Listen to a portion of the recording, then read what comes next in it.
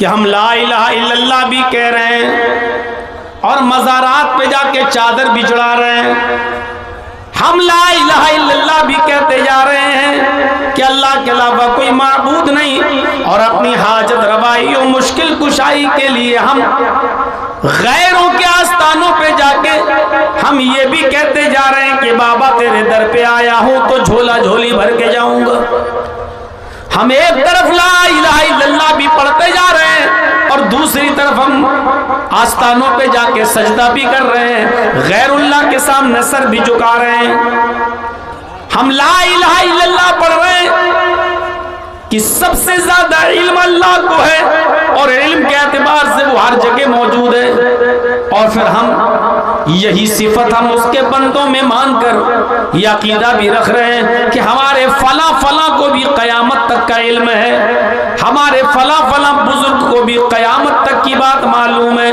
मेरे प्यारे साथियों, अगर ये चीजें हमारे अंदर शामिल हैं तो यकीनन हम ला इलाहा इल्लल्लाह का तकाजा और उसका मुतालबा हम पूरा नहीं कर रहे हैं। ला इलाहा इल्लल्लाह तो वो कलमा है कि उसको पढ़ लेने से क़ब्ल मौत, इसको पढ़ लेने से इंसान जन्नती हो जाता है, और इसको पढ़े बगैर अगर कोई आदमी मर गया हालत कुफ्र में, हालत शिर्क में, तो वो जहन्नमी हो जाता है। यह अकीदा रखिए। 70 साल तक 80 साल तक कोई आदमी गुनाहों पे गुनाह करता रहा, कुफ्र करता रहा, शिर्क करता रहा, और मरने से पहले शिर्क से कुफ्र से तौबा करके कलमा पढ़ लिया ला इलाहा इल्लल्लाह और मर गया, लेकिन ये कलमा नसीब हो गया तो जन्नती हो गया। पूरी जिंदगी कुफ्र और शिर्क करता रहा और ला इलाहा इल्लल्लाह पढ़े बगैर मर गया तो जहन्नमी हो गया। यकीन नहीं आता? आइए बुखारी के अंदर वो वाक़या आया है, जरा देखिए। अस्वद नामी एक यहूदी जो यहूदियों की बकरियों को चराया करता था जंगल में ले जाकर, जब अल्लाह के नबी सल्लल्लाहु अलैहि वसल्लम ने खैबर का मुहासरा कर लिया और चारों तरफ से घेर लिया। खैबर एक किला था जिसमें यहूदी रहा करते थे। अल्लाह के रसूल ने और आपके सहाबा ने उसको घेर लिया, चारों तरफ से उस पर मुहासरा कर लिया। उस वक्त खैबर के उस किले से एक आदमी गायब था जो बकरियां चराने के लिए गया था, जिसका नाम था अस्वद। जब वो लौट कर आया, उसने देखा कि हमारे किले को चारों तरफ से मोहम्मद और उसके साथियों ने घेर लिया है सल्लल्लाहु अलैहि वसल्लम। तो उसने सहाबा से कहा कि ऐ सहाबियों, मैं तुम्हारे नबी से मोहम्मदुर रसूलुल्लाह से मिलना चाहता हूँ। उन्होंने कहा कि उस खेमे में चले जाओ, ये खेमा पड़ा हुआ है, पर्दा पड़ा है, इसी पर्दे के अंदर अल्लाह के नबी मौजूद हैं। वो गया, सोच रहा था कि मोहम्मदुर रसूलुल्लाह के बॉडीगार्ड लगे होंगे, नामवर आदमी, सहाबा जिसकी इज्जत करते हैं। जब मोहम्मदुर रसूलुल्लाह खखारते हैं आ करके, जब ज़मीन पर थूकते हैं, तो सहाबे किराम तो उस थूक को भी ज़मीन पर गिरने नहीं देते, बल्कि उसको अपने हाथों पर मल कर अपने जिस्म पर मल लेते हैं तबर्रुकन। तो कितनी इज्जत होगी मोहम्मद की। सोच रहा था कि वो बेहतरीन कालीन पर बैठे होंगे, कई बॉडीगार्ड होंगे उनके, लेकिन जब खेमे का पर्दा हटाकर वो यहूदी वो अस्वद देखता है तो क्या देखता है कि मोहम्मदुर रसूलुल्लाह कच्ची जमीन पर खजूर के पत्तों की बनी हुई चटाई पर बैठे हुए हैं। खजूर के पत्तों की बनी हुई चटाई पर तशरीफ फरमाए। उसने सहाबा से कहा, अरे मुझे तुम्हारे नबी से मिलना है, किसी मामूली आदमी से नहीं मिलना। सहाबा ने बताया यही मुहम्मदुर रसूलुल्लाह सल्लल्लाहु अलैहि वसल्लम है। ताज्जुब कर गया, जिसके बारे में इतना सुना और वो इतनी सिंपल जिंदगी, इतनी सादा जिंदगी अंदर जाता है। अल्लाह के नबी सल्लल्लाहु अलैहि वसल्लम से मुलाकात की गरज से आपने उसको अपने पास आने की इजाजत दे दी। गुफ्तगू होने लगी, शुरू हो गई बातचीत। कहने लगा इस वक्त, आए मोहम्मदुर रसूलुल्लाह, आपकी दावत क्या है, आपका पैगाम क्या, आपका मैसेज क्या है, आपकी तालीम क्या है। आपने फरमाया बस मेरी दावत सिर्फ एक है, ज्यादा नहीं, एक ही दावत लेकर मैं आया हूं और उसी दावत को आम कर रहा हूं। और वो दावत है ला इलाहा इल्लल्लाह। इस बात की गवाही दे दो कि अल्लाह के अलावा कोई माबूद नहीं। उसने कहा अगर इस दावत को मैंने मान लिया तो मेरे लिए क्या है।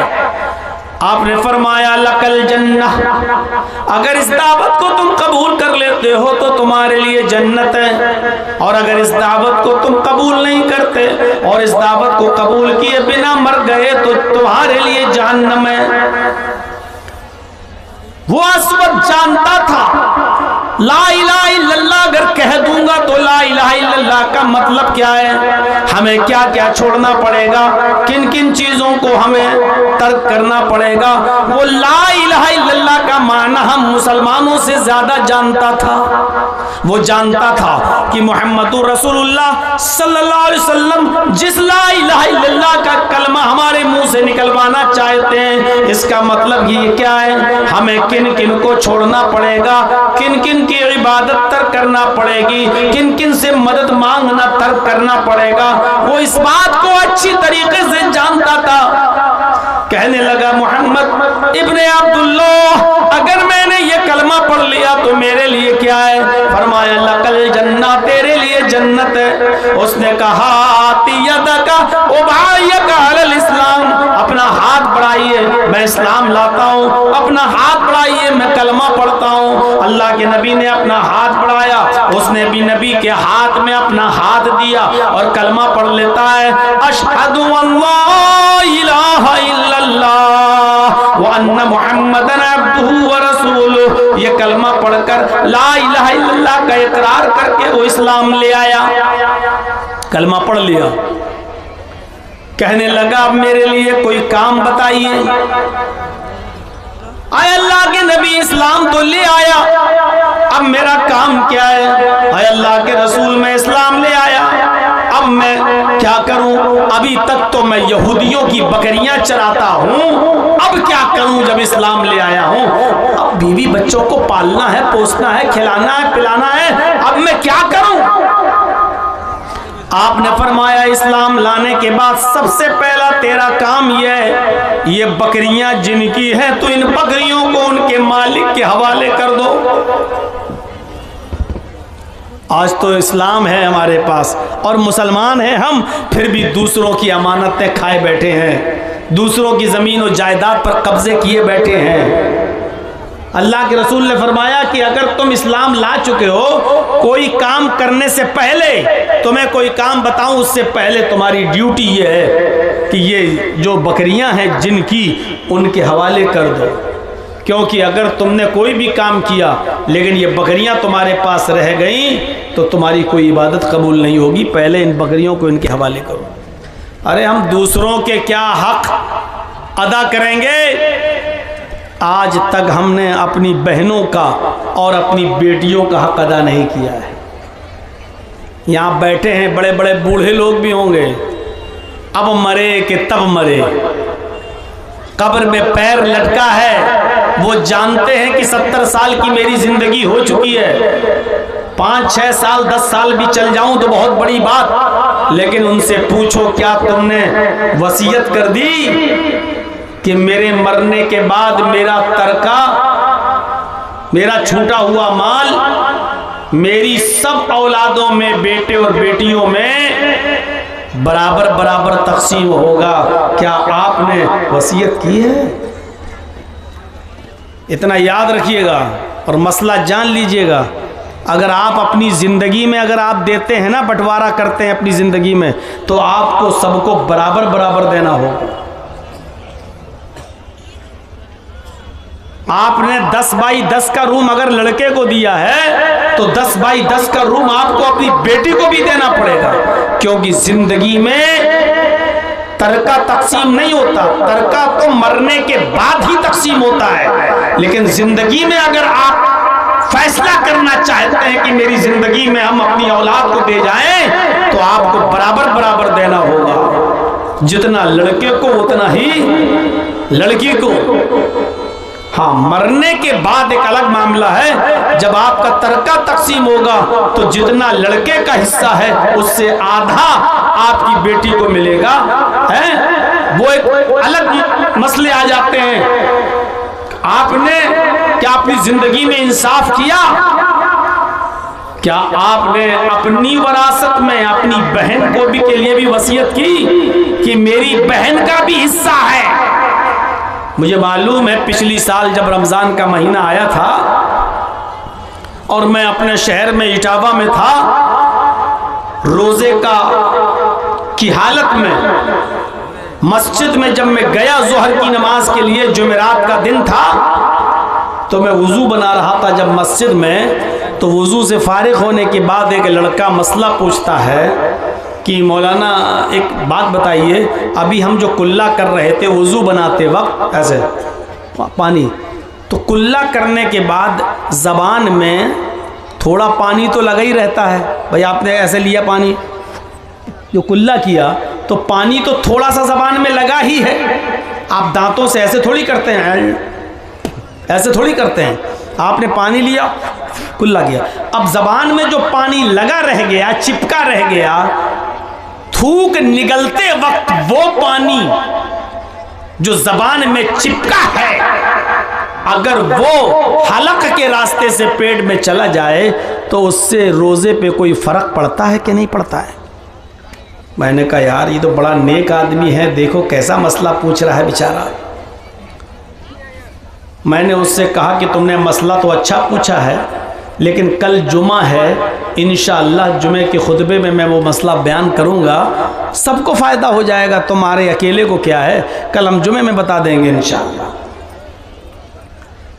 अगले दिन जुमा था, वो पहली सफ़ में आके बैठा हुआ था कि आज मौलाना साहब मसला बताएंगे और लोगों से मैं कहूँगा कि देखो मैंने पूछा था। मुझे एक दिन का जो मौका मिला, इस एक दिन में मुझे मेरे मोहल्ले के और गांव के लोगों ने बताया मौलाना क्या पूछ रहा था। मैंने कहा कल बताऊंगा इंशाअल्लाह जुमे में। अरे वो तो बड़ा बेईमान आदमी है, बड़ा कमीना आदमी है, वो है मसला पूछता है, आपके पास आता है। उसने अपनी बहनों का हक मारा है, अपनी बेटी का हक मारा है, अपने बेटों को दे दिया अपनी ज़िंदगी में कि जाओ ये तुम्हारा, ये तुम्हारा, और बेटियों की शादी कर दी, उसको कुछ देता ही नहीं, कहता नहीं बेटियों का क्या है, शादी कर तो दी, जहेज दे तो दिया, ना अपनी बहन को दिया ना बेटियों को दिया। अब दूसरे दिन जब जुमे का दिन था, मैंने खुतबा दिया और आधे घंटे का ही खुतबा होता है। मैंने उसी खुतबे में बयान किया कि लोग मसला पूछते हैं, ज़बान का चिपका हुआ पानी अगर हलक के रास्ते से पेट में चला जाए तो रोज़े पे फ़र्क पड़ता है कि नहीं पड़ता है। इतना अहम सवाल, इतना अहम मसला, लेकिन पूछने वाले लोग ऐसे हैं जो अपने बेटियों का और अपनी बहनों का हक मार के खा गए। वो लोग ये मसला पूछते हैं कि रोज़े पे फ़र्क पड़ता है कि नहीं पड़ता है। मेरे भाइयों, नबी अकरम सल्लल्लाहु अलैहि वसल्लम ने इस्लाम कबूल करने के बाद अस्वद को क्या बताया? आए अस्वद, सबसे पहले तुम्हारे पास जो दूसरों का माल है, बकरियां, इनको इनके मालिकों के हवाले कर दो। अस्वद ने कहा ठीक है। असवद उन बकरियों को लेकर गए और खैबर के किले के दरवाजे पर उन बकरियों को छोड़ दिया, क्योंकि वो बकरियों को वहीं तक लाते थे और वहीं छोड़ देते थे। बकरियां वहीं से अपने अपने घर चली जाती थीं। जब किले में बकरियां दाखिल हो गईं तो बकरियां अपने अपने मालिकों के घर पहुंच गईं, अपने अपने घर चली गईं। असवद आए और कहने लगे, अल्लाह के नबी, मैंने बकरियों को उनके मालिकों के हवाले कर दिया, जिनकी बकरियां थी मैंने उन तक पहुंचा दी। अब मुझे बताइए कि अब मेरा क्या काम है? इस्लाम लाया हूं, कलमा मैंने पढ़ा है, अब मैं क्या काम करूं? मुझे कोई काम बताइए। नमाज का वक्त नहीं था। अगर नमाज का वक्त होता तो अल्लाह के नबी कहते कि असवद तुम नमाज पढ़ लो। रमजान का महीना भी नहीं था। अगर रमजान का महीना होता तो अल्लाह के नबी कहते असवद तुम रोजा रखो। हज का भी सीजन नहीं था। अगर हज का सीजन होता तो अल्लाह के नबी कहते असवद अब तुम हज करने के लिए चले जाओ। नमाज का वक्त नहीं, रमजान का महीना नहीं, हज का सीजन नहीं। अल्लाह के नबी ने फरमाया असवद तलवार उठाओ और फला फला जगह पर हमारे सहाबा जंग लड़ रहे हैं, तुम भी उस जंग में शामिल हो जाओ, तुम भी उस जंग के अंदर शरीक हो जाओ। अगर जिंदा वापस आ गए तो गाजी कहलाओगे, और उसी जंग में अगर कत्ल कर दिए गए तो शहीद हो जाओगे, और शहीद के लिए जन्नत है। असवद ने तलवार उठाई और मैदान जंग में चला गया, और असवद मैदान जंग में लड़ा। उसने 2 काफिरों को कत्ल भी किया, उसने 2 काफिरों को मारा भी। लेकिन अभी मैदान जंग में लड़ ही रहा था कि असवद की गर्दन पर भी तलवार चल जाती है और असवद भी कत्ल कर दिया जाता है। अभी इस्लाम लाया था, अब शहीद हो जाता है। सहाबा किराम उसको पहचान भी नहीं पा रहे हैं कि ये कौन है। ये आया, हमारी तरफ से लड़ना शुरू किया, 1-2 काफिरों को मारा और खुद मर गया। ये कौन आदमी है? हम तो इसको जानते नहीं है, ये आज ही इसको देख रहा हूं, ये कौन आदमी है? अल्लाह के नबी को बुलाया गया, एक अजनबी आदमी कत्ल कर दिया गया है, हमारी तरफ से लड़ रहा था, मारा गया है। हमें मालूम नहीं कि वो मुसलमान है या नहीं, हम उसको दफन करें या क्या करें, हम उसकी जनाजे की नमाज पढ़े या ना पढ़े। अल्लाह के नबी सल्लल्लाहु अलैहि वसल्लम को जब खबर दी गई तो नबी अकरम सल्लल्लाहु अलैहि वसल्लम आए, और आने के बाद आपने असवद की लाश देखी, असवद की बॉडी देखी, शहीद पड़ा है, असवद की गर्दन पे तलवार चली हुई है। अल्लाह के नबी की आंखों में आंसू आ गए और रोते हुए फरमाया, सहाबियों ये तुम्हारा भाई है, आज ही तो इस्लाम लाया है, आज ही तो इसने कलमा पढ़ा है, अशहदु अल्ला इलाहा इल्लल्लाह, आज ही तो इसने ये कलमा पढ़कर इस्लाम कबूल किया है। और मैदान जंग में आ गया। जिस वक्त इसने कलमा पढ़ा था नमाज का वक्त नहीं था, रमजान का महीना नहीं था, हज का सीजन नहीं था, इसलिए डायरेक्ट मैंने जिहाद के लिए भेज दिया है, और यहाँ भी आया तो कत्ल कर दिया गया, शहीद हो गया। आए मेरे साथियों, आए मेरे सहाबियों, ये पहला वो शख्स है जिसने एक वक्त की भी नमाज नहीं पढ़ी, एक भी रोजा नहीं रखा, एक भी हज नहीं किया, लेकिन अल्लाह ने इसको जन्नत के अंदर दाखिल कर दिया, सिर्फ इसलिए कि इसने आज ये कलमा पढ़ा था, अशहदु अल्ला इलाहा इल्लल्लाह।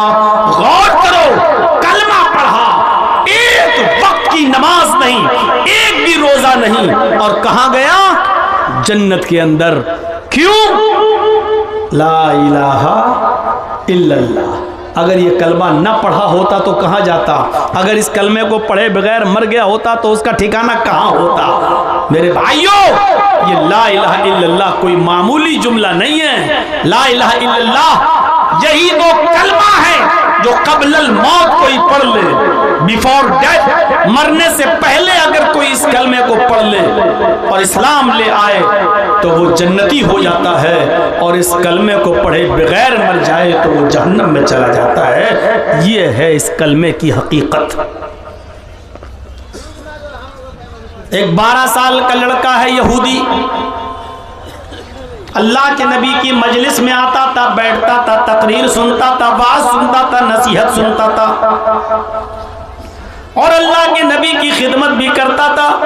अपने घर आकर कहता था कि अब्बू जान, क्या मैं इस्लाम ले आऊं? मुझे मोहम्मद की बातें बहुत पसंद हैं, बहुत अच्छी लगती हैं। लेकिन उम्र कितनी है उसकी? 12 साल। और जब अपने बाप से कहता था कि अब्बू मुझे अल्लाह के रसूल की बातें बहुत अच्छी लगती हैं, क्या मैं उनकी बातें मान लूँ, इस्लाम ले आऊँ? तो उसका बाप आंखें फाड़ के कहता था, क्या तू मोहम्मद का कलमा पढ़ेगा, मोहम्मद की बात मानेगा? जूता उठाऊंगा भी, लगाऊंगा, चप्पल से मारूंगा।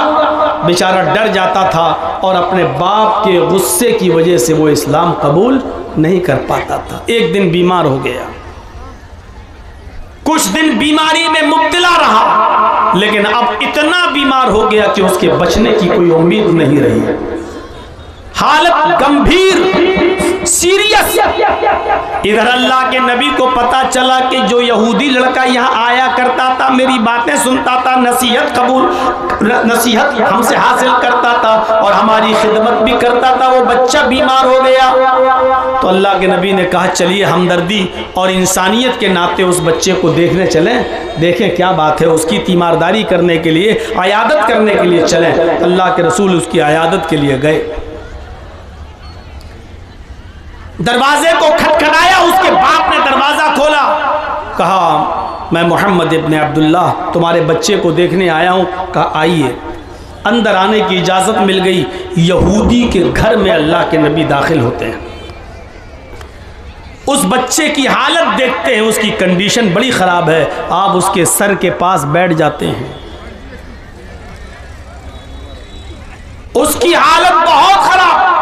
अब मरा कि तब मरा, रूह कब से उंसरी से परवास कर जाए। ऐसे मौके पर लोग मरीज को तसल्ली देते हैं, क्या कहते हैं? नहीं नहीं, दवा खाते रहना, नहीं तुम बहुत जल्दी ठीक हो जाओगे, इंशाअल्लाह तुम सही हो, कोई बात नहीं, तुम सही हो जाओगे, अच्छे हो जाओगे, अच्छे डॉक्टर को। लोग यही तसल्ली देते हैं मरीज को, लेकिन अल्लाह के नबी उसको ऐसी कोई तसल्ली नहीं दे रहे हैं। आप उससे ये नहीं कह रहे हैं कि बेटा तुम बहुत जल्दी सही हो जाओगे, आप ये नहीं कह रहे हैं, बल्कि उसकी इस हालत को देखकर आपकी आंखों में आंसू हैं। और आंसू भी इसलिए हैं कि अगर ये बच्चा इसी हाल में मर गया तो जहन्नम में जाएगा, क्योंकि 12 साल की उम्र बालिग हो चुका है। अरब के अंदर छोटे छोटे बच्चे बालिग हो जाते थे। हज़रत आयशा की शादी 6 साल की उम्र में हुई और जब रुखसती हुई तो 9 साल की थी, और 9 साल की उम्र में हज़रत आयशा बालिग हो गई थी, बालिगा थी। मेरे भाइयों, माहौल और मिजाज का फर्क होता है। ये तो 12 साल का है लड़का, आपके आंखों में आंसू हैं कि बच्चा मरने वाला है, और अगर इसी कंडीशन में मर गया तो जहन्नम में जाएगा, जबकि इस बच्चे का दिल इस्लाम की तरफ माइल है। आप उस बच्चे को तसल्ली नहीं दे रहे हैं, आप ही नहीं कह रहे हैं कि बेटे तुम जल्दी सही हो जाओगे, बल्कि उस बच्चे के सर पर, उस लड़के के सर पर आप हाथ रखते हैं और हाथ रखकर कहते हैं कुल या गुलाम ला इलाहा इल्लल्लाह, आए बच्चे ला इलाहा इल्लल्लाह कह दो, आए गुलाम ला इलाहा इल्लल्लाह कह दो। गुलाम अरब के अंदर किसी भी छोटे से बच्चे को भी कहा जाता था। आपने उससे कहा कुल या गुलाम ला इलाहा इल्लल्लाह, बेटा ला इलाहा इल्लल्लाह पढ़ ले, बच्चे ला इलाहा इल्लल्लाह का इकरार कर ले, पढ़ ले। उसने नबी के चेहरे को देखा, फिर अपने बाप के चेहरे को देखा कि मेरा बाप क्या कहता है। उसके बाप को आज रहम आ गया और बाप कहने लगा कि बेटा तुम्हारा दिल मोहम्मद रसूलुल्लाह की तरफ लगा रहता था, तुम पहले भी यही चाहते थे, तुम्हारा पहले भी यही दिल था कि मैं मोहम्मद रसूलुल्लाह की बातों पर ईमान ले आऊं, और आज भी तुम मुझे देख रहे हो, तुम्हारा आखिरी वक्त है। अरे मेरे बेटे, मैं नहीं चाहता कि मरते वक्त मैं तुम्हारा दिल तोड़ूं। उस बाप की जबान से निकला अते अबुल कासिम या बुनैया, अते अबुल कासिम, अरे मेरे बेटे तुम अबुल कासिम की बात मान लो, तुम मोहम्मद रसूलुल्लाह की बात मान लो, यानी अल्लाह के नबी तुमसे जो कह रहे हैं तुम उनकी बात मान लो, यानी कलमा पढ़ना चाहो तो कलमा पढ़ लो, मेरी तरफ से अब डरने की जरूरत नहीं है, मैं खुली छूट देता हूँ। अब उस बच्चे ने जो 12 साल का था, अपने बाप की परमिशन सुनी, इजाजत सुनी, तो फौरन कहने लगा अशहदु अल्ला इलाहा इल्लल्लाह, अशहदु अल्ला इलाहा इल्लल्लाह। उसने ये कलमा पढ़ा और कलमा पढ़ते ही वो इस्लाम ले आया, कलमा पढ़ते ही वो मुसलमान हो गया, कलमा पढ़ते पढ़ते ही इस्लाम के दायरे के अंदर वो दाखिल हो गया।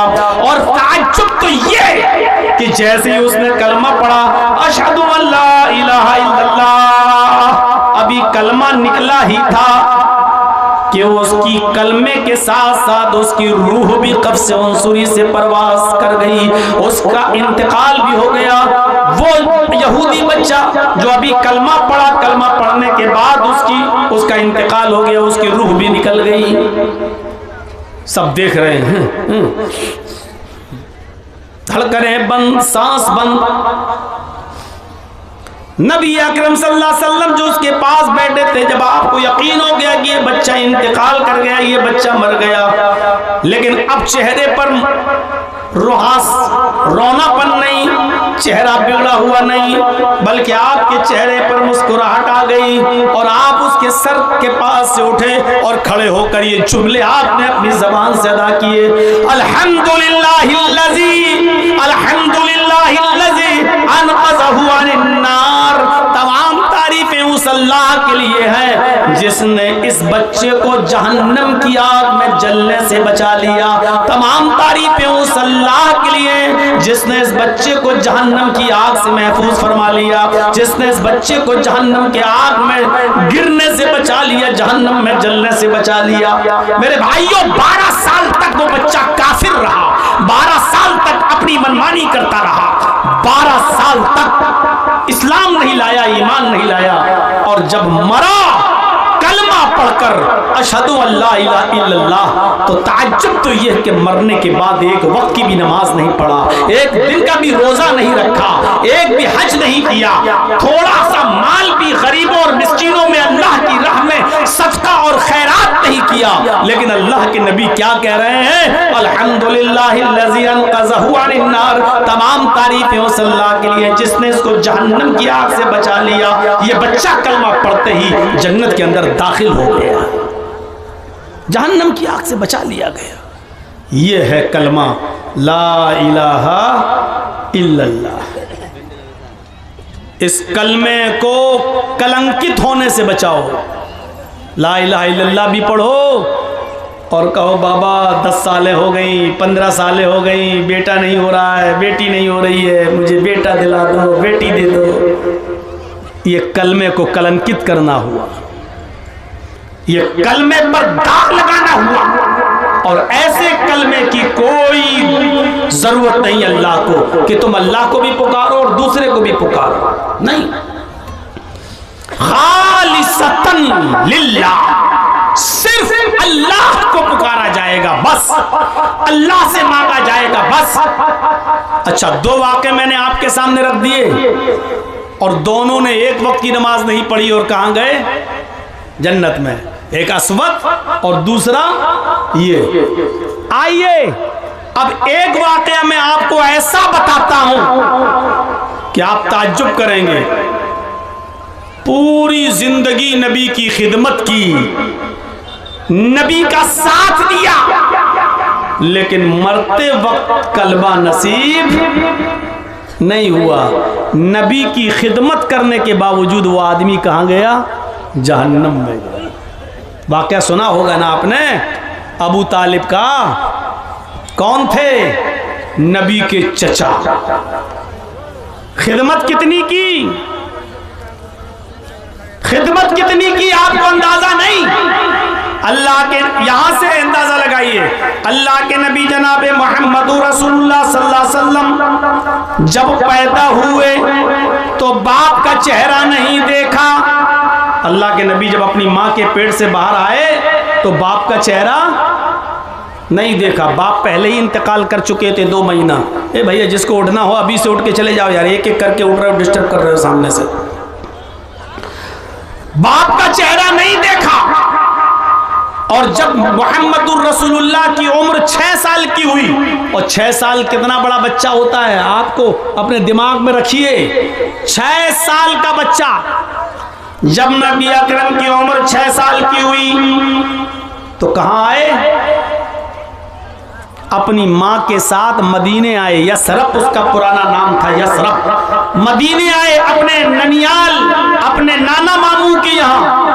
और जब मां 1 महीना मदीने में रहने के बाद जब मक्के की तरफ फिर लौटने लगी तो मदीने से कुछ ही थोड़ी दूरी पर एक मकाम था जिसका नाम था मकाम अबवा, और वहीं पर मोहम्मदुर रसूलुल्लाह के बाप अब्दुल्ला दफन थे। माँ अपने शौहर की, मोहम्मदुर रसूलुल्लाह की माँ अपने पति की, अपने हस्बैंड की कब्र को देखने के लिए गई और अपने बेटे से कहा, मोहम्मद चलो हम तुम्हें भी तुम्हारे बाप की कब्र दिखाते हैं। और जब इशारा किया कि ये तुम्हारे बाप की कब्र है, वहीं पर माँ अपने शौहर की जुदाई बर्दाश्त नहीं कर सकी, याद आई और अटैक करता है मोहम्मद की माँ आमिना को, और उसी जगह पर मकाम अबवा पे अपने शौहर की कब्र के पास आमिना की भी रूह निकल जाती है। बाप की कब्र को देखते देखते बेटे ने अपनी माँ को भी खो दिया।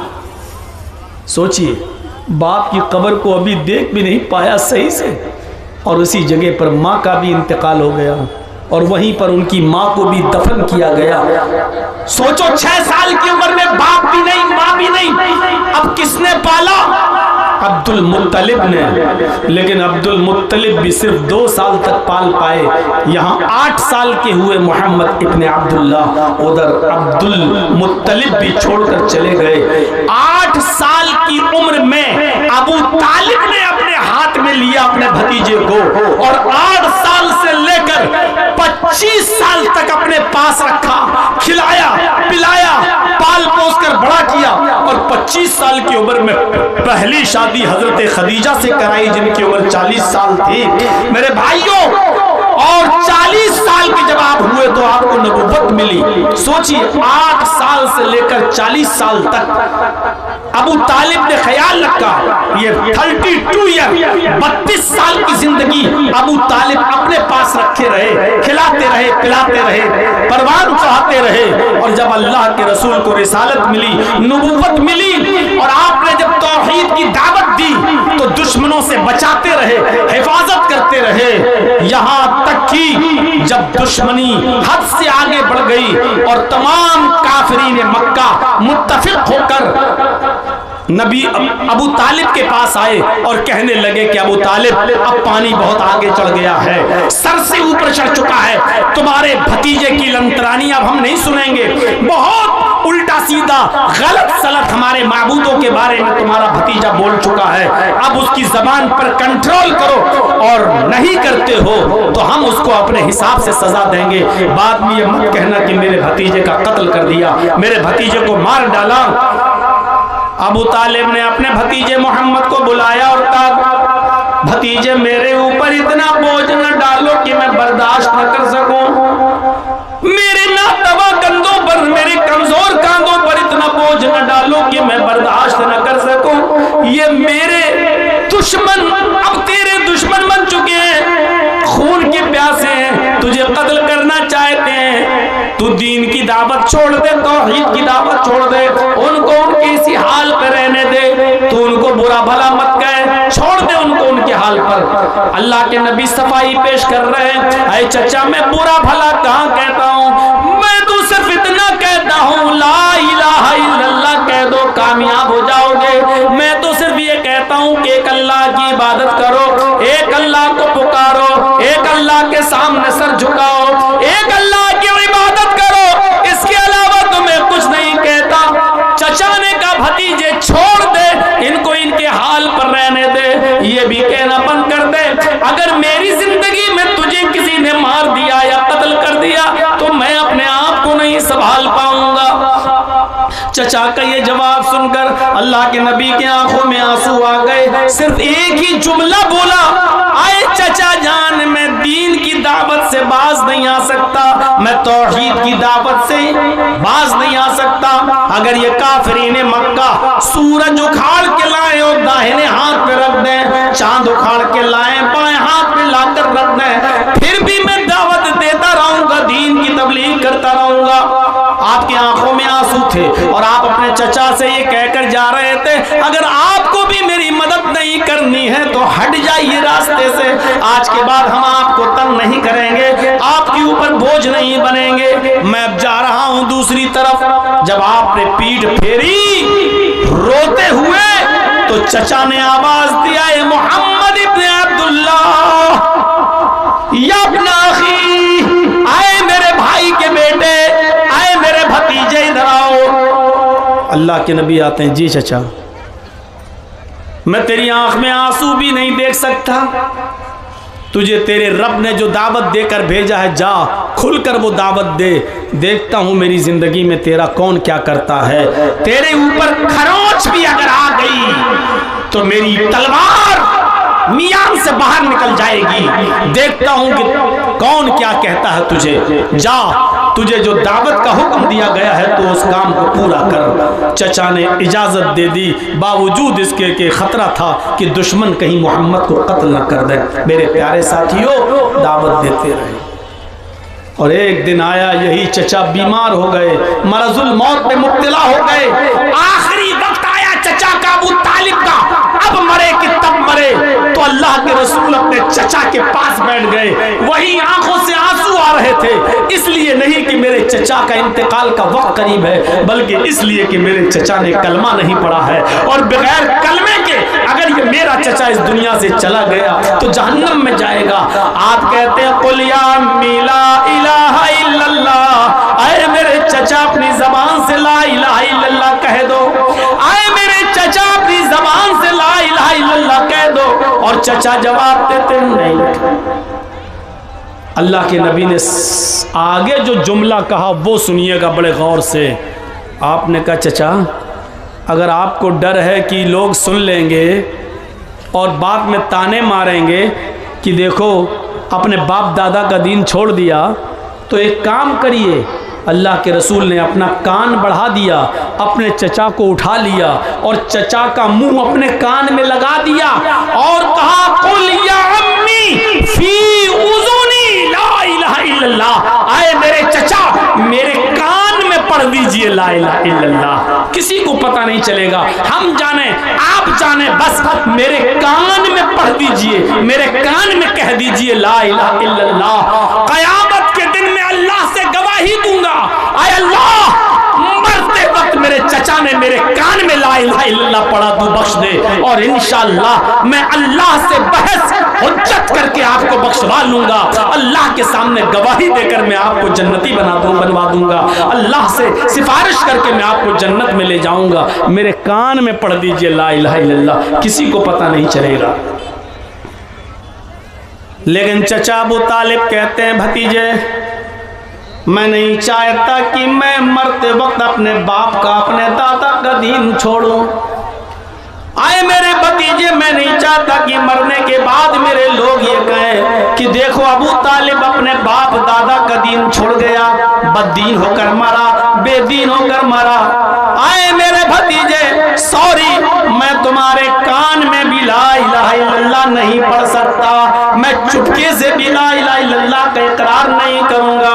आए मेरे भतीजे, मैं उसी दीन पे मरना चाहता हूं जो मेरे बाप का, मेरे दादा का दीन था। अबू तालिब ने कलमा नहीं पढ़ा और अबू तालिब का इंतकाल हो गया, बगैर कलमा पढ़े मर गए। पूरी जिंदगी नबी की खिदमत की, पूरी जिंदगी नबी की सेवा की, पूरी जिंदगी नबी को चाहा, पूरी जिंदगी नबी को माना, पूरी जिंदगी नबी का साथ दिया, लेकिन कलमा पढ़े बगैर मर गए। कहां गए? जहन्नम में। और एक बार अल्लाह के रसूल ने हाथ उठाकर दुआ भी की कि आए अल्लाह मेरे चचा को बख्श दे, वो मुझे बहुत चाहता था, मेरी बहुत खिदमत की, मेरी बहुत देखरेख की, अल्लाह मेरे चचा को बख्श दे। अल्लाह ने आसमान से जिब्रील को भेज दिया, ये कहते हुए कि मोहम्मद से कह दो कि किसी मोमिन के लिए जायज नहीं है कि किसी काफिर और मुशरिक के लिए दुआए मगफिरत करे। तेरा चचा हालत कुफ्र में मरा है, वो जहन्नम में जाएगा। 70 मरतबा भी आए मोहम्मद अपने चचा के लिए तुम दुआ करोगे तो अल्लाह तुम्हारी दुआ कबूल नहीं करेगा। तेरा चचा कलमा पढ़े बगैर मर गया, तेरे चचा को हम जहन्नम ही देंगे, जन्नत नहीं मिल सकती, उसको बख्शेंगे नहीं। अल्लाह ताला ने मोहम्मदुर रसूलुल्लाह की दुआ को रिजेक्ट कर दिया, रद्द कर दिया और कहा कि तुम्हारी दुआ कबूल नहीं की जाएगी। अल्लाह के रसूल ने कहा, अरे अल्लाह वो मुझे बहुत चाहता था, मेरी बड़ी खिदमत की। तो अल्लाह ने फरमाया, अरे मोहम्मद तुम्हारी खिदमत की, मानता हूं इस बात को, लेकिन जन्नत नहीं दे सकता, रहेगा तेरा चचा हमेशा जहन्नम के अंदर। हाँ इतना कर सकता हूं, इतना कर सकता हूं कि तेरे चचा को हम सबसे हल्का अजाब दें, सबसे कम अजाब दें। और अल्लाह के नबी फरमाते हैं कि अल्लाह ताला मेरे चचा को सबसे हल्का अजाब देता है, उनके दोनों पैरों के तलवे के नीचे, ये दोनों पैरों के तलवे के नीचे आग की दो चिंगारी, चिंगारी जानते हो, चूल्हे में जब लकड़ी जलाते हो तो चिंगारी निकलती है ना, फट से फूटती है एकदम, दो चिंगारी, एक इस पैर के नीचे और दूसरा दूसरे पैर के नीचे रख दी। बस अल्लाह के नबी फरमाते हैं कि पैर के तलवे के नीचे आग की दो चिंगारी की वजह से भी यगली मिनहुमा दिमाग, आग की दोनों चिंगारियों से भी मेरे चचा का दिमाग हांडी की तरह खौलता है।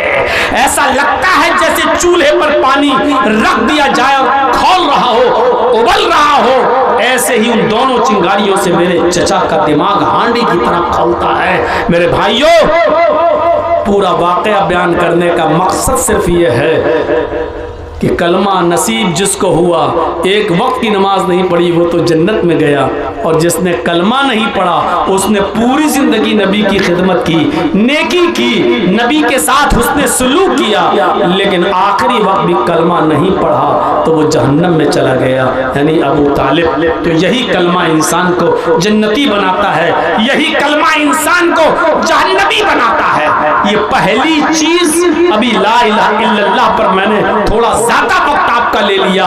दूसरी चीज पर हम आपको थोड़ा सा खींच कर लाते हैं, वह अदनाहा इमाततुल अज़ा अनित तरीक़, रास्ते से तकलीफ दे चीज को हटा देना। आप बाइक से जा रहे हैं या 4 व्हीलर से जा रहे हैं और आपको बीच रास्ते में केले का छिलका पड़ा हुआ दिख जाए तो आपकी जिम्मेदारी बनती है कि आप अपनी गाड़ी को साइड में लगाएं और केले के छिलके को बीच सड़क से हटाकर आप बाहर फेंक दें, क्योंकि आप तो गुजर जाएंगे गाड़ी को दाएं बाएं करके, लेकिन कहीं कोई बूढ़ा आदमी, कोई अंधा आदमी अगर उसका पैर उस केले के छिलके पर पड़ गया और फिसल के गिर गया तो मेरे भाइयों, बुढ़ापे में तो हड्डी जब टूटती है तो जल्दी जुड़ती नहीं है। इसलिए कोई कांटा पड़ा है तो उसको हटा दो, कोई छिलका पड़ा है तो उसको हटा दो, कोई पत्थर पड़ा है तो उसको हटा दो। याद रखिएगा और मसला जान लीजिएगा, जिस तरह रास्ते से तकलीफ दे चीज को हटा देना सवाब है, जिस तरह रास्ते में पड़ी हुई नुकसान देने वाली चीज को हटा देने पर सवाब है, उसी तरीके से जानबूझकर अमदन और कसदन बीच रास्ते में लोगों के गुजरने की जगहों पर जानबूझकर केले का छिलका फेंकना, कांटे फेंकना, कूड़ा फेंकना, नाक झाड़ना, थूकना, बलगम थूकना, बलगम का पलटना, इसी तरीके से पत्थर का फेंकना, ये सब चीजें बायस अजाब भी है और बायस गुनाह भी है। अगर तकलीफ दे चीज को रास्ते से हटाना सवाब का काम है तो जानबूझकर रास्ते में तकलीफ दे चीजों को फेंकना गुनाह भी है। हटाइए। इसी तरीके से आप कोई सामान खरीदना चाहते हैं और आपने बीच सड़क पर अपनी गाड़ी खड़ी कर दी, गलत जगह पर गाड़ी को पार्क करना भी लोगों को तकलीफ देने के जिम्न में आता है। इसी तरीके से आपके घर में शादी हो रही है और घर के बाहर आपने टेंट लगा दिया, जबकि वो गुजरने का रास्ता है, लोगों के आने जाने का रास्ता है, आपने शादी का टेंट लगा दिया। अब आपके घर पे होने वाली शादी में रास्ता आपने रोक दिया, अब लोगों को घूम कर 2 किलोमीटर दूर जाना पड़ता है और घूम कर 2 किलोमीटर दूर से आना पड़ता है। ये भी आप लोगों का रास्ता नहीं रोक सकते हैं। आने जाने वाले रास्ते में, अरे कोई सीरियस कंडीशन में मरीज है बेचारा, जो 5 मिनट में अगर हॉस्पिटल नहीं पहुंचा तो मर जाएगा, सीरियस कंडीशन में पता चला कि रास्ता रुका हुआ है, रास्ता रुका हुआ है, ये आने जाने वालों को तकलीफ देना ये गलत तरीका है। आप रास्ता नहीं रोक सकते किसी का। इसी तरीके से लोगों को तकलीफ देने का एक बहाना ये भी है, अभी रमजान का महीना जो 2 मार्च से शुरू हो रहा है, अभी आप देखिएगा, मुझे नहीं मालूम आपके बिहार को बंगाल में क्या होता है, लेकिन हमारे यूपी में आइए, रात के 2 बजे मस्जिदों में माइक पकड़ लेंगे और माइक पकड़ के जोर जोर से चीखेंगे और चिल्लाएंगे, रोजेदार भाइयों उठिए, माँ बहनों उठिए, सहरी बनाइए, लोगों सहरी कर लीजिए, सहरी का टाइम खत्म होने में 1 घंटा बाकी है, फिर 10 मिनट बाद चिल्लाएंगे, 50 मिनट बाकी है, नज़म पढ़ेंगे, नात पढ़ेंगे, हमद पढ़ेंगे। ये सारी की सारी चीजें तकलीफ देने के ज़िम्न में आती हैं। किसने आपको अथॉरिटी दी और पावर दिया कि आप रात में 2 बजे माइक पे चिल्लाएं और आप इसको सवाब का काम समझते हैं? कौन सी हदीस में आया है कि आप लोगों को रोजे के लिए उठाएं? रोजा रखना फर्ज है, रोजे के लिए उठाना किसी हदीस में नहीं आया है। रोजे के लिए उठाते हो? कभी फजर की नमाज के लिए लोगों को रात के 2 बजे से उठाया है? माइक पकड़ के कहिए लोगों, फजर की अजान होने में 1 घंटा बाकी है, उठिए उठिए, फिर 50 मिनट बाकी है, उठिए, 40 मिनट बाकी है, उठिए। अरे नमाज ज्यादा अफजल इबादत है या रोजा? आप भी कहेंगे नमाज, नमाज के लिए तो आपने कभी नहीं उठाया, फिर रोजे के लिए आप उठाएंगे? और माफ कीजिएगा, सबके ऊपर रोजा फर्ज नहीं होता है, आप रोजेदारों को उठा रहे हैं ना, लेकिन वो बूढ़ा आदमी भी आपके चीखने और चिल्लाने से नींद में डिस्टर्ब हो जाता है उसकी, जिसके ऊपर रोजा है ही नहीं, इतना बूढ़ा हो चुका है कि वो रोजा रख ही नहीं सकता है। डॉक्टरों ने रोजा रखना मना कर दिया, 90 साल की उम्र है, अब वो रोजा नहीं रख सकता है, फिदिया देगा, एक मिस्कीन को खाना खिलाएगा, उसके ऊपर बस यही है। अब आप रोजे के लिए उठा रहे हैं तो वो भी उठ रहा है।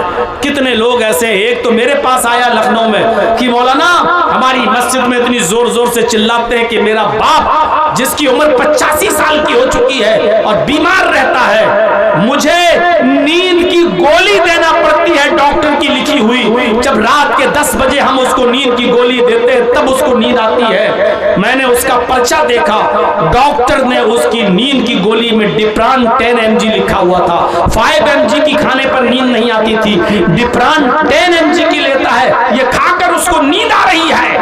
कहा मौलाना जब आवाज आती है मस्जिद की तो मेरा बाप जाग जाता है और उसके बाद पूरी रात वो तड़पता है, वो बचलता है, फिर उसको नींद नहीं आती है, वो ब्रेन दिमाग डिप्रेशन का शिकार है, बड़ी मुश्किल से तो वो सोता है, लेकिन रात के 2 बजे ये लोग चीख चीख कर हमारे बाप को जगा देते हैं। इसको दीन का काम आप समझते हो कि रात के 2 बजे उठ गए और चिल्ला रहे हैं और बूढ़े की नींद में डिस्टर्ब हो रहा है?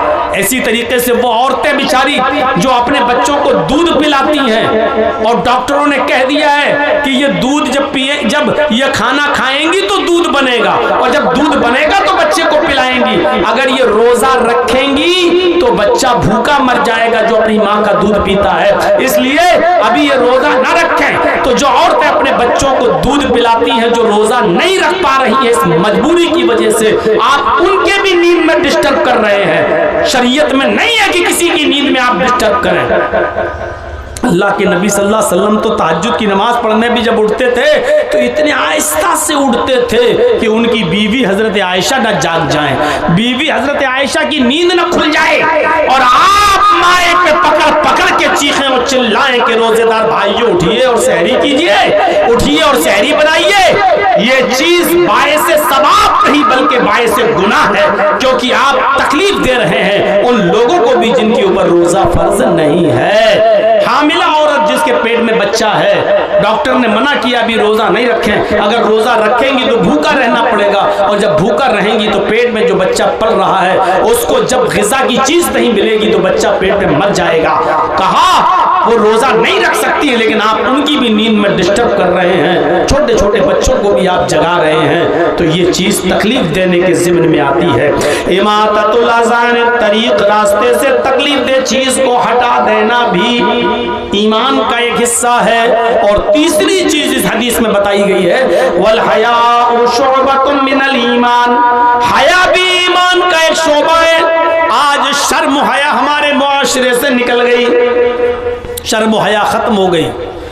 बुखारी की हदीस है, अल्लाह के नबी ने फरमाया इज़ा लम तस्तही फफ़अल मा शीता, जब तेरे अंदर शर्म न रही, जब तेरे अंदर से शर्म निकाल ली गई तो फिर जो तेरा दिल चाहे वो कर। यानी जब शर्म ही नहीं रहेगी तो इंसान के दिल में जो आएगा वो करेगा, जो आएगा वो करेगा, शर्म नहीं रही। और इस वेस्टर्न कल्चर में, इस पश्चिमी सभ्यता ने, इस मगरिबी तहजीब ने आज शर्म हया का जनाजा मर्दों के अंदर तो छोड़िए, औरतों के अंदर से भी निकाल कर रख दिया है। हमें नहीं मालूम आपके बिहार का हाल, हमें नहीं मालूम आपके बंगाल का हाल।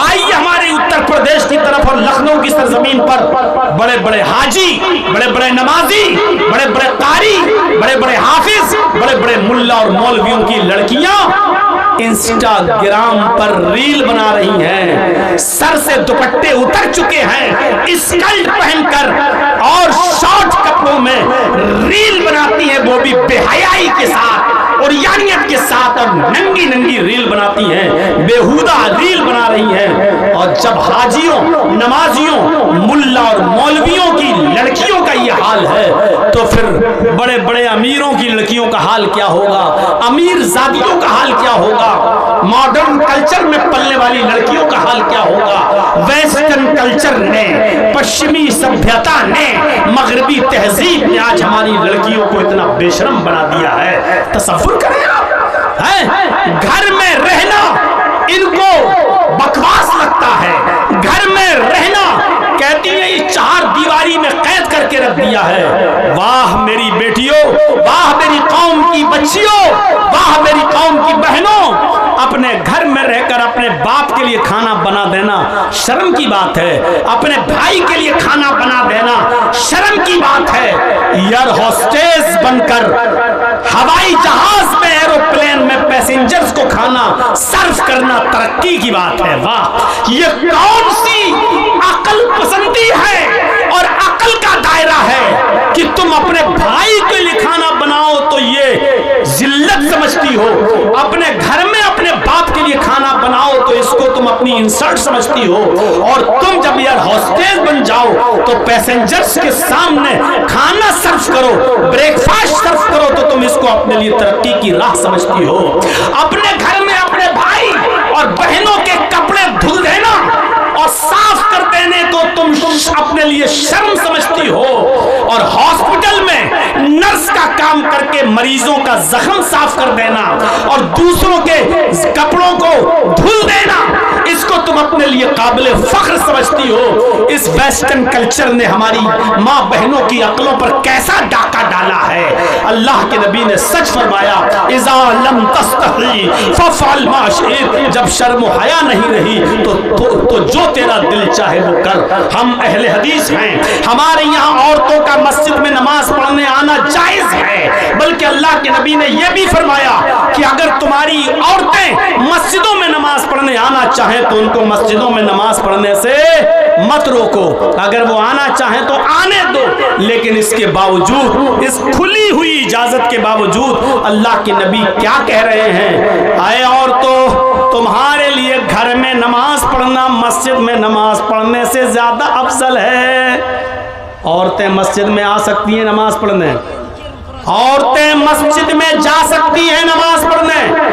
औरतों को अगर वो इजाजत मांगे अपने भाइयों से, अपने बाप से शादी से पहले और शादी के बाद अपने शौहर से, मैं मस्जिद में नमाज पढ़ने जाना चाहती हूँ, तो न शौहर को रोकने का हक है, न बाप को, न भाई को। मस्जिद में अगर नमाज पढ़ने जा रही हैं तो उनको मत रोको। अल्लाह के नबी ने कहा इजाजत दे दो, वो मस्जिद में नमाज पढ़ने जा सकती है।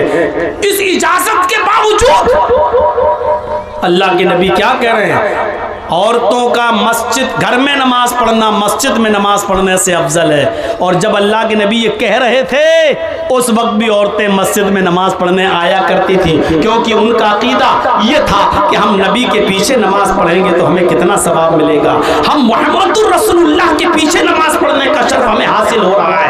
नबी के इस हदीस के बाद, कहने के बाद कि औरतों का घर में नमाज पढ़ना मस्जिद मस्जिद में नमाज पढ़ने से अफजल है। ये कहने के बाद भी मेरे भाइयों, इसके बावजूद भी अल्लाह के नबी सल्लल्लाहु अलैहि वसल्लम ने इजाजत दी कि औरतें मस्जिद में आ सकती हैं और जाती थीं।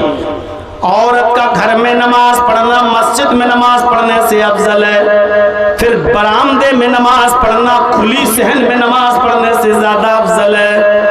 फिर घर के कमरे में नमाज पढ़ना, जहां वो अपने शौहर के साथ सोती है, जहां वो अपने शौहर के साथ रहती है, और रात में वो रूम बंद कर लिया जाता है, तन्हाई वाला रूम, बेडरूम जिसमें वो सोती है, उस बेडरूम में, उस कमरे में नमाज पढ़ना घर के बरामदे में नमाज पढ़ने से अफजल है। सब देख रहे हैं आप, तरतीब देखिए, तरतीब। औरत का अपने घर में नमाज पढ़ना मस्जिद में नमाज पढ़ने से अफजल है, क्योंकि वो मर्दों से दूर रहेगी।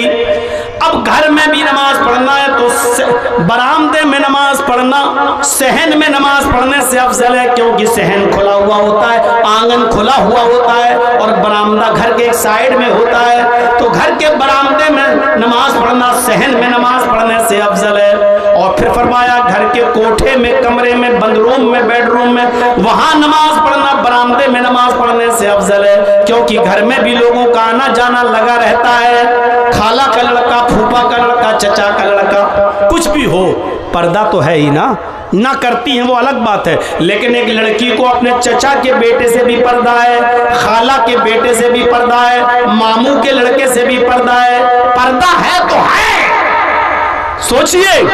तो इसलिए इन लोगों का तो आना जाना लगा रहता है। जब औरत अपने बंद कमरे में और बंद रूम में नमाज पढ़ेगी तो जाहिर बात है कि इन लोगों से भी उसकी मुलाकात नहीं होगी। तो फरमाया कि औरत का बंद कमरे में नमाज पढ़ना खुले हुए बरामदे में नमाज पढ़ने से ज्यादा अफजल है, क्योंकि वो मर्दों से उतनी ज्यादा दूर रहेगी। ये शर्म हया बताइए औरत की। औरत से कहा गया जितना तुम मर्दों से दूर रहोगी उतना ज्यादा तुम्हारे लिए फायदेमंद है, अच्छा है। और एक और हदीस से आप अंदाजा लगाइए, अल्लाह के नबी सल्लल्लाहु अलैहि वसल्लम फरमाते हैं कि मस्जिद में जो लोग नमाज पढ़ने आते हो उनको आपने फरमाया कि अगली सफ, पहली सफ तुम्हारे लिए सवाब के एतबार से सबसे अफजल सब है, सबसे अफजल सफ है। और जो लोग पहली सफ में नमाज पढ़ने का सवाब कितना है ये नहीं जानते, अगर उनको मालूम हो जाए, आए लोगों, अगर तुम्हें ये मालूम हो जाए कि अगली सफ में नमाज पढ़ने का सवाब कितना है, तो तुम लोग लड़ने लगोगे अगली सफ के लिए, अगली सफ के लिए, पहली सफ के लिए लड़ने लगोगे। कुरान अंदाजी की नौबत आ जाएगी, पर्चियां फेंकी जाएंगी पहले सफ में नमाज पढ़ने के लिए। घर से तुम 2-2, 3-3 घंटा पहले निकलोगे कि मस्जिद में अगली सफ कहीं भर न जाए, इतना सवाब है पहली सफ में नमाज पढ़ने का। लेकिन अल्लाह के नबी औरतों से क्या कह रहे हैं, आए मस्तूरात, आए औरतों की जमात, ये अगली सफ में नमाज पढ़ने का सवाब मर्दों के लिए है। खैरु सुफूफिर रिजाली अव्वलुहा व शर्रुहा आखिरुहा, मर्दों की पहली सफ सवाब के एतबार से सबसे बेहतर है, व शर्रुहा आखिरुहा, और आखिरी सफ, पिछली सफ सबसे बुरी सफ है सवाब के एतबार से मर्दों की। लेकिन औरतों से क्या कह रहे हैं, हाय औरतों, खैरु सुफूफिन निसाई आखिरुहा व शर्रुहा बलवा, हाय औरतों तुम्हारे लिए पिछली सफ सबसे बेहतर है, पिछली सफ, सबसे पीछे वाली सफ औरतों तुम्हारे लिए सबसे बेहतर है सवाब के एतबार से, और सबसे आगे वाली सफ सबसे बुरी है सवाब के एतबार से। अब आप गौर करो, जर्जी साहब नमाज पढ़ा रहे हैं, अल्लाहु अकबर, मेरे पीछे 5 सफ़े लगी हैं मर्दों की, पर्दा पड़ा है उसके बाद पीछे, और उसके बाद 5 सफ़े औरतों की लगी हुई हैं, 5 सफ़े औरतों की लगी हुई हैं पीछे। पहली सफ में मर्द हैं, मर्द की पहली सफ सवाब के एतबार से सबसे बेहतर है, 5 सफ़े पूरी हो गई। मर्दों की पिछली सफ सबसे बुरी है सवाब के एतबार से, सबसे कम सवाब। उसके बाद पर्दा पड़ा है, पर्दा, उसके बाद औरतों की सफ लगी है, 1 2 3 4 5, 5वीं सफ जो सबसे पीछे है औरतों की, वो सवाब के एतबार से सबसे अच्छी सफ है। सबसे ज्यादा सवाब किस औरत को मिलेगा जो सबसे पीछे वाली सफ में है, और सबसे कम सवाब किसको मिलेगा जो सबसे आगे वाली सफ में है। औरत पिछली सफ में सबसे ज्यादा सवाब मिलेगा। क्यों? क्योंकि वो मर्दों से उतनी ही ज्यादा दूर है। पहले तो औरतों को चाहिए कि वो घरों में नमाज पढ़ें, लेकिन अगर मस्जिद में आना चाहें तो इजाजत है, चलो आ गई। आने के बाद भी याद रखो कि तुम्हारी पिछली सफ सबसे बेहतर सफ है। ये शर्मो हया बताई है औरत को इस्लाम ने कि तुम मस्जिद में भी आओ जहां अच्छे लोग आते हैं, नेक लोग आते हैं, और कोई कितना भी बड़ा कमीना, कितना भी बड़ा बदमाश किस्म का इंसान ही क्यों ना हो, लेकिन वो मस्जिद में तुम्हारे साथ गलत काम नहीं कर सकता। मस्जिद का अदब व एहतराम इतना तो है उसके अंदर, जो मस्जिद में तुम्हारे साथ गलत कर ही नहीं सकता, तुम्हारी इज्जत पे डाका डाल ही नहीं सकता, इसके बावजूद कहा कि तुम्हारी पिछली सब सबसे अफजल है क्योंकि तुम उनसे दूर हो। तो बाजारों में जाने की इजाजत किसने दे दी? शादियों में मर्द औरतों को एक साथ खाने की परमिशन कहां से मिल गई? और 10 साल से बड़ी लड़की को कॉलेज में, यूनिवर्सिटी में लड़कों के साथ बैठकर एक ही बेंच और एक ही क्लास में पढ़ने की परमिशन कहां से मिल गई? और कॉलेज की कैंटीन में एक साथ चाय पीने की परमिशन कहां से मिल गई? मेरे भाइयों, इन तमाम चीजों पर गौर करो। अल्लाह के नबी सल्लल्लाहु अलैहि वसल्लम ने फरमाया, शादी के मौके पर भी लड़की से जबरदस्ती मत कहो निकाह कबूल किया। कहलवाया जाता है ना, लड़के का निकाह होने से पहले लड़की से पूछा जाता है कि फला लड़के के साथ तुम्हारा निकाह हो रहा है, तुमने कबूल किया? क्या तुम्हें लड़का कबूल है? तो बेचारी बोलती नहीं है शर्म की वजह से, तो जबरदस्ती ये कठमुल्ला जो जाते हैं जाहिल, ये जबरदस्ती कहलवाते हैं। उसमें एक वकील होता है, 2 गवाह होते हैं, कबूल किया? अब वो चुपचाप, अब धीरे से सहेलियां कौन ही मार रही है, कह दे कबूल है, कह दे कह दे। अब उसकी सहेलियां जब कहती है तो वो कहती मैंने कबूल किया। तो वकील पूछता है गवाहों से, इसने जो मुंह चलाया है तुमने सुना? अगर वो गवाह कहते हैं कि नहीं सुना, तो उस लड़की से कहा जाएगा इन दोनों ने सुना नहीं, जरा जोर से बोलो। तब वो जोर से बोले